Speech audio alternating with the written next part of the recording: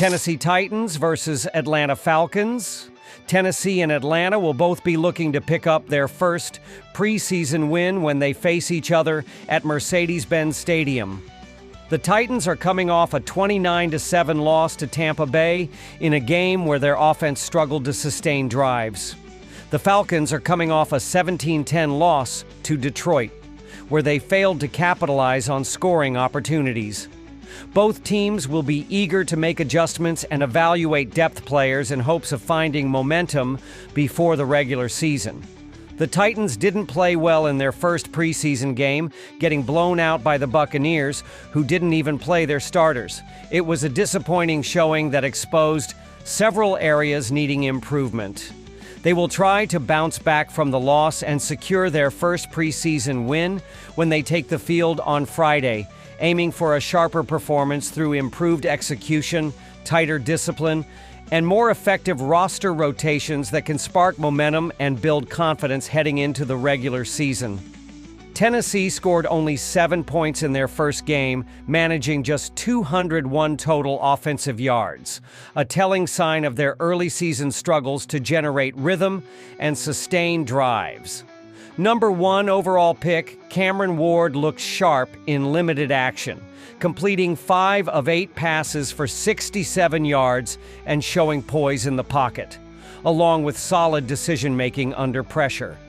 Brandon Allen had a tougher outing, connecting on just 50% of his throws for 62 yards and tossing 1 interception, struggling to find rhythm against the opposing defense.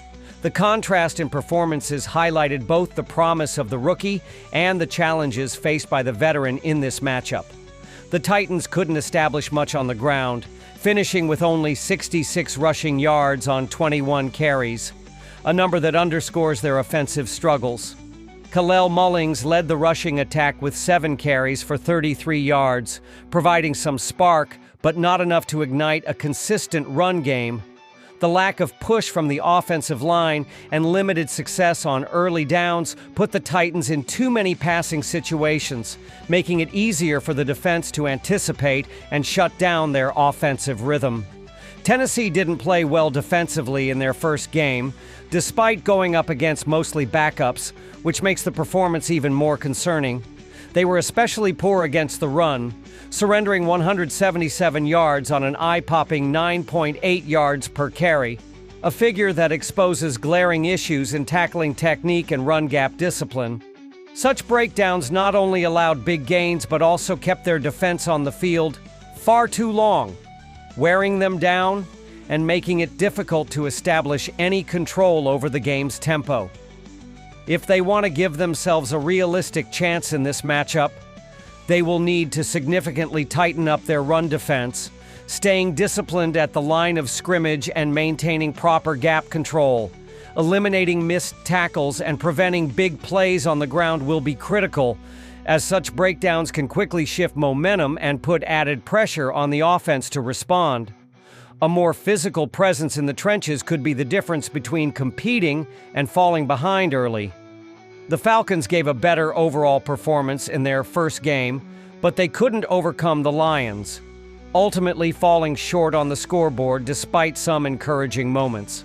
Much like the Titans, they struggled to move the ball effectively, finishing with just 207 total yards of offense, which included difficulty sustaining drives and converting on key downs. While there were flashes of potential, the lack of offensive rhythm proved costly in their bid to start the preseason with a win. However, it's worth noting that their starters didn't see any action in that game, which limited their offensive potential. This week, the starters are expected to take the field for multiple series, giving the team a better chance to establish rhythm early, execute their full playbook, and generate more consistent scoring opportunities. Atlanta scored 10 points in their last game.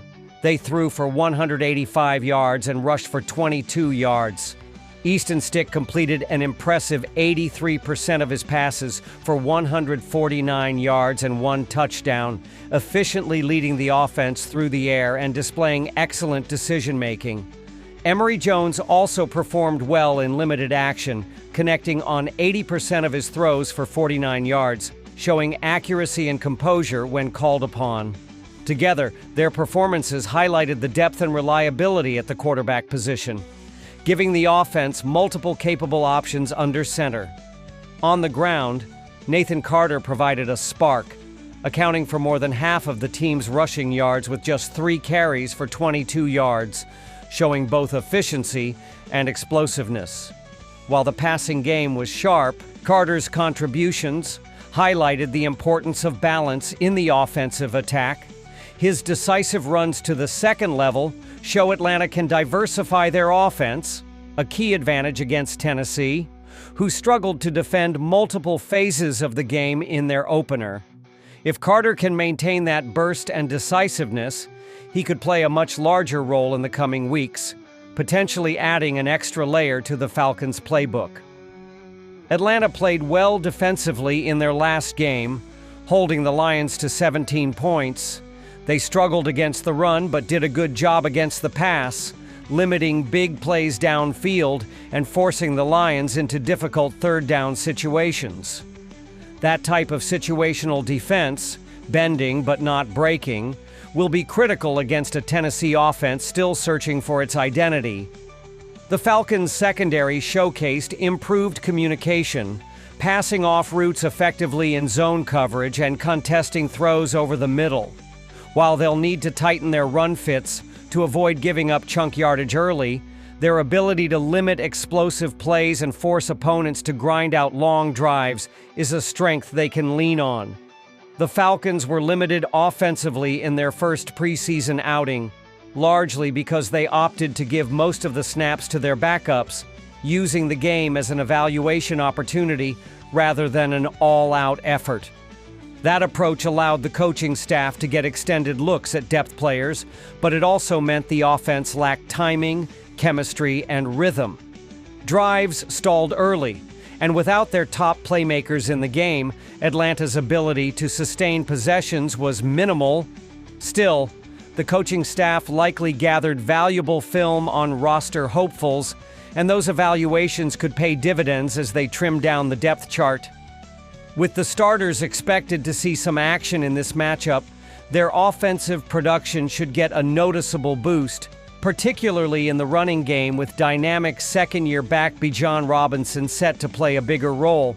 Robinson's vision, explosiveness, and ability to break tackles could make a huge difference early on.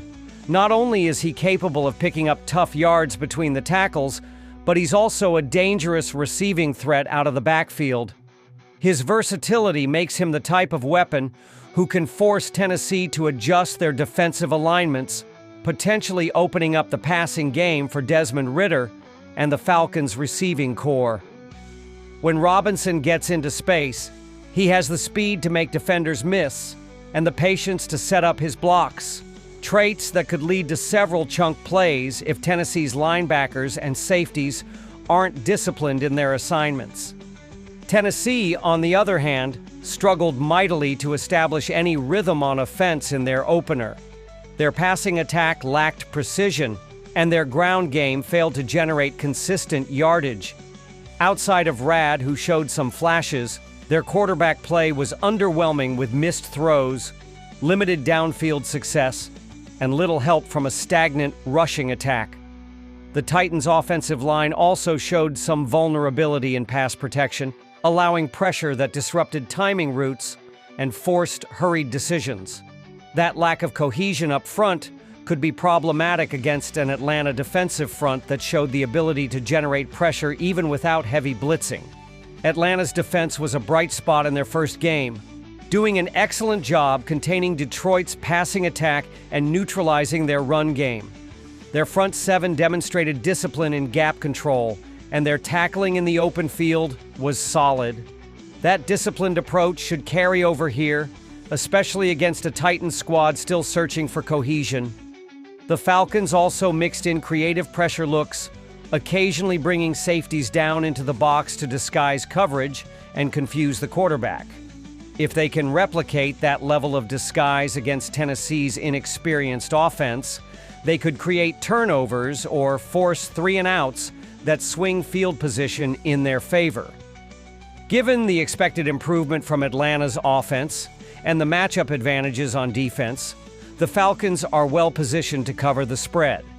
The combination of Robinson's dynamic presence, Carter's emerging role, and a defense that's already playing with confidence gives Atlanta a clear blueprint for success. If they can start fast and put Tennessee in a position where they have to throw to catch up, the Falcons' pass rush could pin its ears back and make life miserable for the Titans' quarterbacks. In a preseason setting where execution and depth often determine outcomes, Atlanta appears to have the upper hand in both categories heading into this matchup. After analyzing both teams, my pick for this match is Atlanta Falcons +5.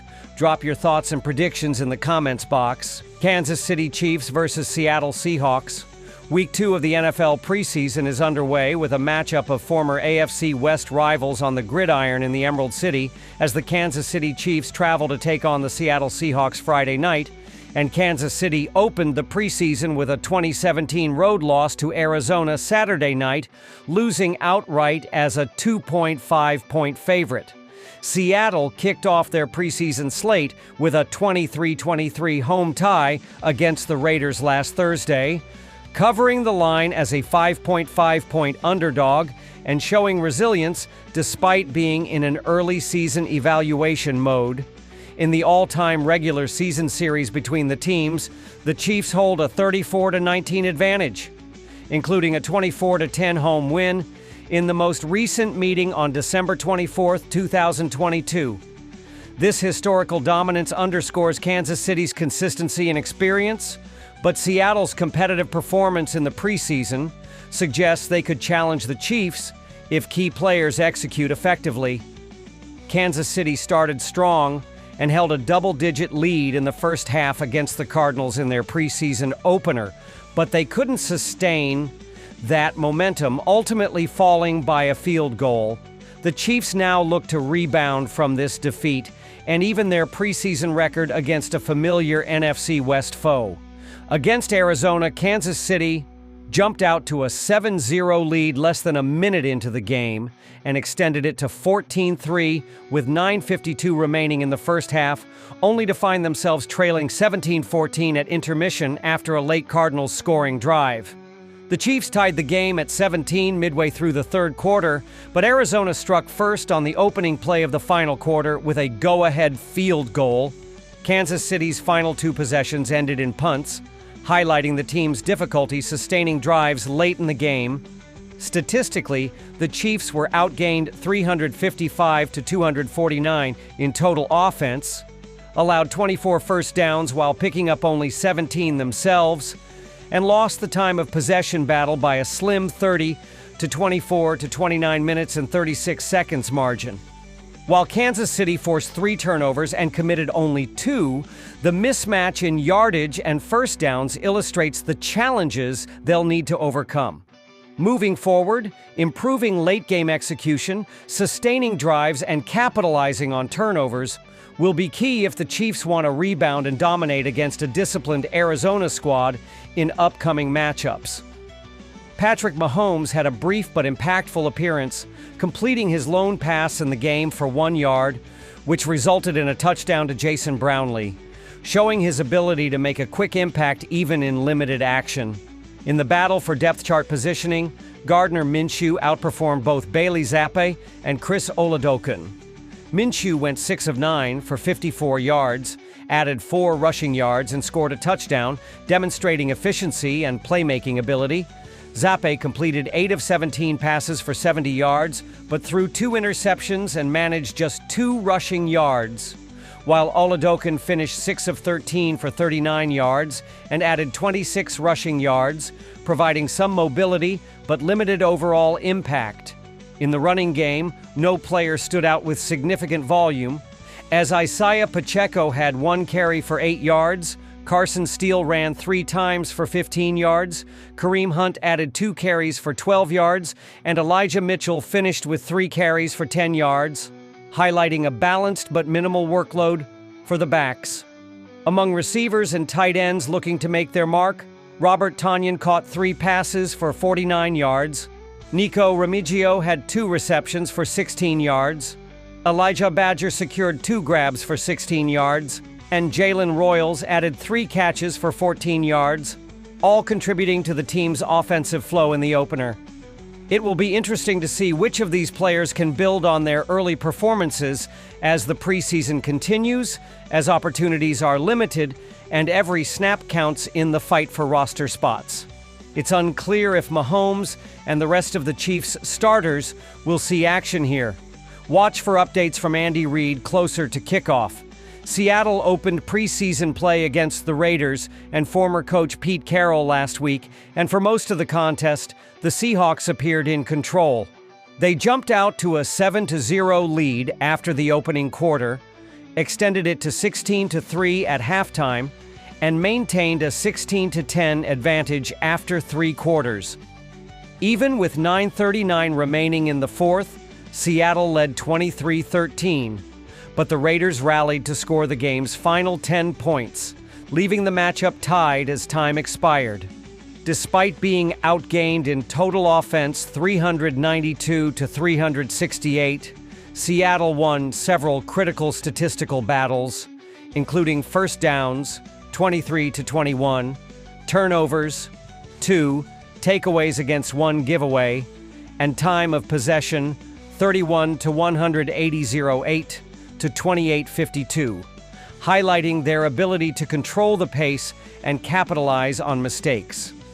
The Seahawks avoided a potential loss thanks to a dramatic special teams play, as Jalen Gaines blocked Daniel Carlson's 55-yard field goal attempt as time expired. The performance showed a mix of promise and areas for improvement, particularly in closing out games and protecting leads against late surges, which will be critical as they continue to evaluate personnel and game plan execution in the preseason. Expected number 1 quarterback Sam Darnold, who signed a 3-year, $100 million deal in the offseason, did not see any action in the team's preseason opener. With Darnold sitting out, the battle for the backup quarterback spot became the focal point of the game. Veteran Drew Lock saw the majority of snaps under center, completing 12 of 22 passes for 147 yards, 1 touchdown, and 1 interception, while adding 4 rushing yards. Locke displayed some timing issues, but also flashed the arm strength and mobility that could keep him in the mix for a roster spot.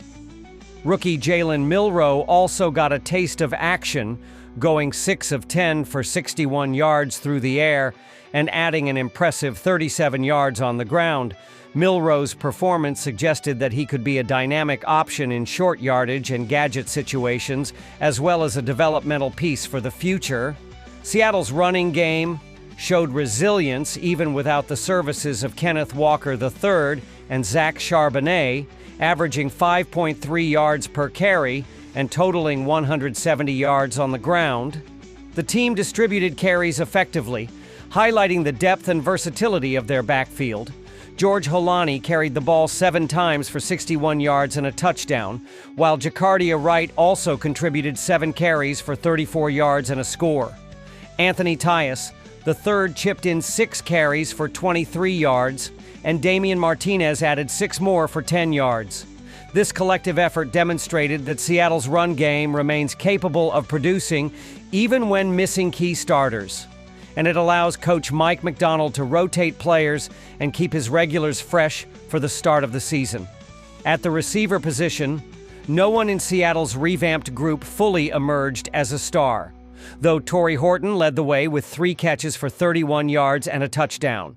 Horton appears likely to line up alongside established stars Cooper Kupp and Jackson Smith-Njigba, while players like Jake Bobo, Marquez Valdez-Scantling, Ricky White III, and Dereki Young vie for depth, likely rotating as coaches assess immediate contributions in passing, and special teams. Seattle is expected to play most of its starters for at least some snaps in this game, giving them an opportunity to get into rhythm before the regular season while also evaluating depth at key positions.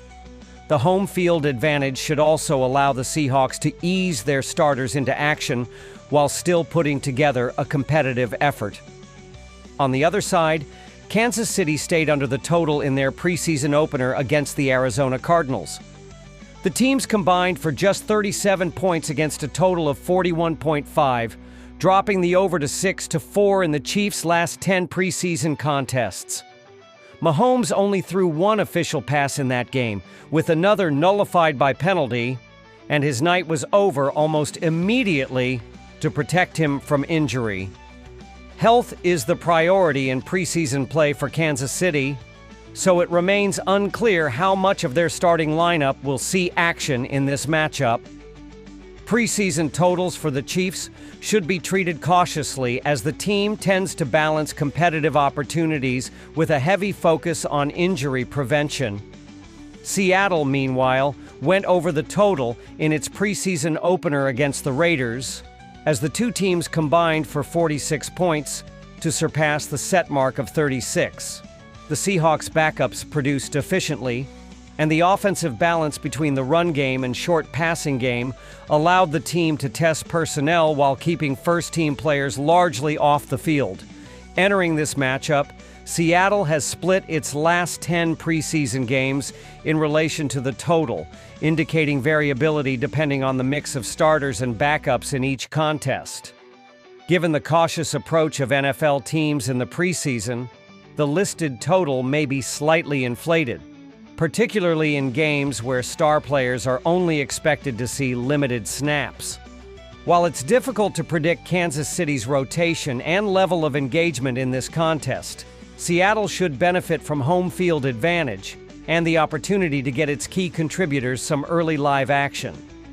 Expect to see Darnold, Kupp, and other primary starters take the field for at least a series or two, allowing the coaching staff to evaluate timing and readiness. Combined with a strong and versatile rushing attack, the Seahawks are well positioned to secure a victory, even against a limited sample of Kansas City's starting personnel. The contest is likely to feature a mixture of high-tempo drives from Seattle's backups and controlled series from the starters, with the home team ultimately finding a way to come out on top. After analyzing both teams, my pick for this match is Seattle Seahawks money line. Drop your thoughts and predictions in the comments box.